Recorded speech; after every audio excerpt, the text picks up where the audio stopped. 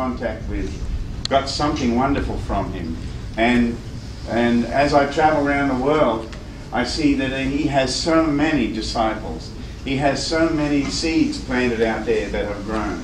So I called him the man with the green thumb. But you know, Chet Atkins once said, well, I'd be looking at the back end of a mule if it wasn't for Merle Travis. You know? It's a funny kind of story because when I got to know Chet Atkins, I told him what happened to me. When I was 7 years old, I heard him on the radio, and I had one of those moments that I'll never forget, where I said, I've got to do that. I've got to work that out. Whatever he's doing, that's what I've got to do. And I knew it. And I had to figure it out. What I'm talking about is the way he was playing everything at once, like I'm doing today. So when I got to know Chet really well, I said, tell me about when you first heard Travis. He said, oh, that changed my life. He said, I tuned in the radio, and I heard him on the radio from Cincinnati. He said, and I said, I've got to do that. And that's exactly what happened to him. The same thing happened to me. And so in this song, The Man with the Green Thumb, I actually quote Merle Travis. You may not know it, but when I point it out to you now, then you'll recognize it.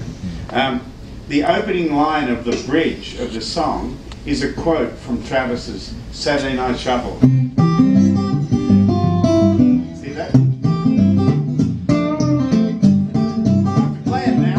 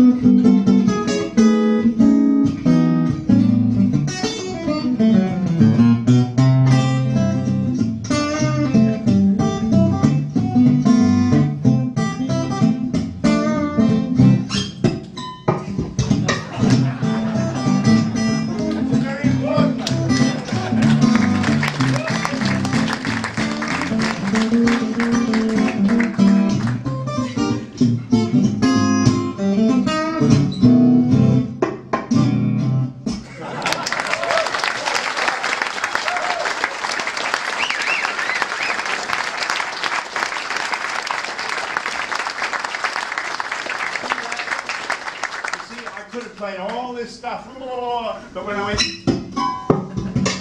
you all went,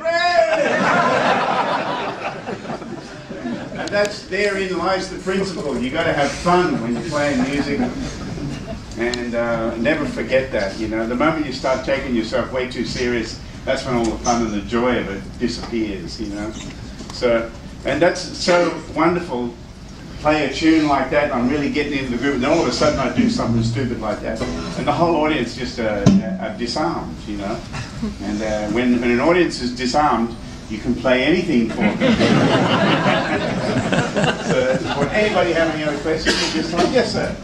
I'm wondering, being you an artist of such high quality, what's your take on commercial music? Very, let's say, low quality music done for commercial purposes. Do you like it? Do you hate it? Do you listen What do you call commercial? Aren't I playing commercial music? was a very high professional approach to. Okay. Well, yeah. What this gentleman's asking me is, what do I think of commercial music? You mean, you know, music that's popular on the radio right now? Yeah. Yeah, it's good. I can't write that way, and I can't think that way, but, you know, there's no reason why I would say it's no good. The only music that I don't like is music that that talks about hate, music that has a negative reason for being out there.